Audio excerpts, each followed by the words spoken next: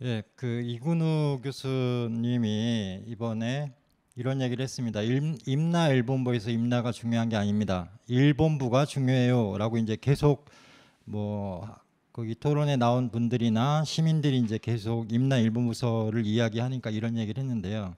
정말 이 말이 맞는지를 보겠습니다.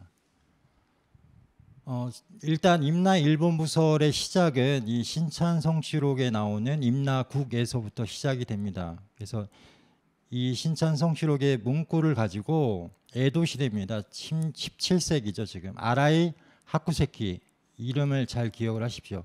아라이 하쿠세키, 이 사람이 신찬성시록의 임나국에 대한 이야기를 밑에 보시면 가라라고 이렇게 바꿨습니다. 그리고 이 임나국의 동북방 삼파문지가 있는데 라고 하는 부분을 이 기문으로 이렇게 이야기를 하면서 그 기문 땅을 쉽게 얘기하면 일본에서 야마토해에서 그 차지를 해서 미마나를 설치를 했고, 이 미마나가 임나가 됐다라고 하는 겁니다. 근데 굉장히 중요한 게 뭐냐면 지금도 그 남원을 이제 기문으로 하고 합천을 다라로 하는 문제 때문에 계속해서 이제 이런 일들이 벌어져 왔는데, 이 임나 일본부설의 시작도 참 희한하게도 이 기문이라고 하는 곳을 이 임나의 시작이라고 이야기를 하고 있습니다. 그 다음에 이제 시작된 게 뭐냐면 광개토대왕 비문을 연구하는 겁니다. 그래서 뭐 잘 아시는 것처럼 일본군 참모본부, 쉽게 얘기하면 군대에서 황군이라고 하죠.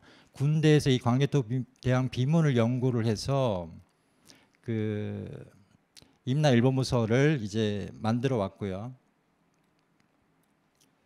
네, 그래서 이 광개토대왕 비문에 보면 이제 신묘년 기사입니다. 391년에 왜가 신묘년에 바다를 건너 뭐 백제와 신라를 격파하고 신민으로 삼았다, 이런 쪽으로 이제 해석을 해서 임나일본부서를 이제 뒷받침을 하려고 했습니다.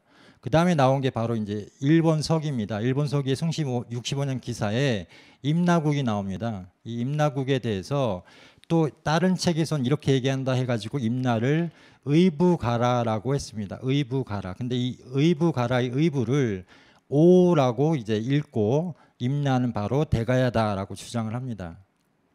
그래서 이 하야시 다이스케가 1892년에 이 일본 서기 숭신기 그리고 아까 보신 신찬성시록 요걸 합쳐가지고 이제 임나 일본부설이 이제 정립이 되기 시작합니다. 이런 과정을 거쳐서 이제 그 임나가라, 그러니까 신찬성시록의 임나를 가라로 하야시 아라이 하쿠세키가 바꿨고, 그 다음에 일본군 참모본부가 광개토대왕 비문을 연구해서 이걸 또 뭐 자기식대로 해석을 해서 이제 뒷받침을 하고, 마지막으로 이 하야시 다이스케가 임나는 의부가라고 대가야다라는 쪽으로 해서 이제 이 임나 일본설이 정착하게 됩니다. 그래서 중요한 건 뭐냐?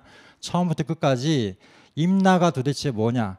가야다라고 주장을 하면서부터 임나 일본부설이 시작이 됐고, 이걸 정착시키는 그런 과정에 있기 때문에 단순히 일본부가 중요한 게 아니고 사실은 임나가 어디냐, 그게 가야냐 아니냐, 이 문제가 훨씬 더 중요하고 이제 핵심이라고 볼 수가 있겠습니다.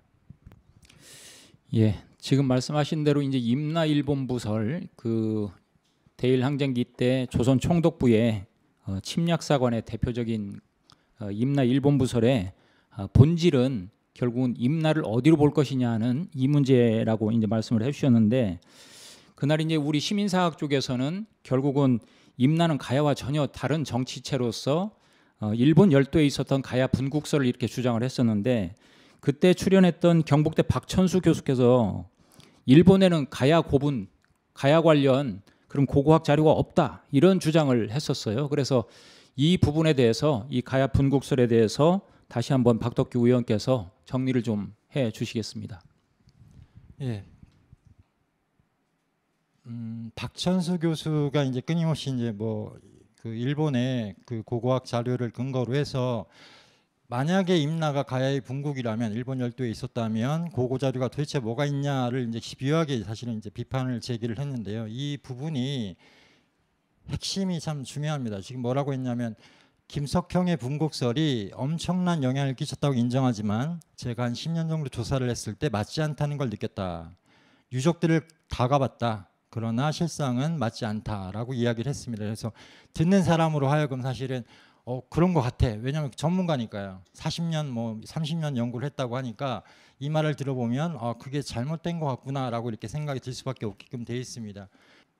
이 분국론이라는 게 뭐냐면 핵심은 일본 서기에 등장하는 사만 삼국은 일본 열도에 존재한 각각의 분국을 가리킨다라는 게 핵심입니다. 이게 뭐 이덕일 교수님은 이 분국론이 나오면서 임나일본설이 이제 초토화됐다라고 얘기를 했고, 뭐 다른 뭐 이근우 교수나 박천수 교수는 전혀 그렇지 않다라고 했는데 정말 획기적인 어떤 뭐 정말 충격을 준 건 맞습니다. 자, 그런데 이 분국설의 전개 과정을 보면 1963년에 김석형의 분국설은 말씀드린 것처럼 가야분국이 임나라는 거고요. 그 뒤에 나온 설들은 조금 다릅니다. 그래서 이병성 교수님 같은 경우는 임나는 대마도다. 이게 중요하거든요. 가야분국이라는 게 아니라 임나는 대마도다라는 거예요. 여기에 가장 많은 학자들이 이렇게 그 지지를 보냈고, 그다음에 조희승 같은 경우 임나 기비설을 얘기했고, 김인배 김문계는 임나 큐슈설을 얘기를 했습니다.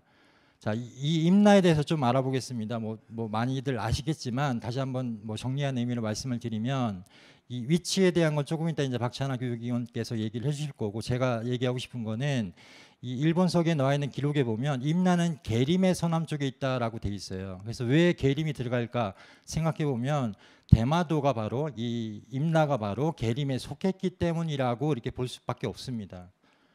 자, 임나는 대마도라고 나옵니다. 대백일사 고구려 봉기를 보면은 임나는 본래 대마도의 서북 경계에 위치했다. 지금 이 노란 점이죠. 자오가라라고 되어 있는 거기에 위치했는데 북쪽은 바다에 막혀 있다.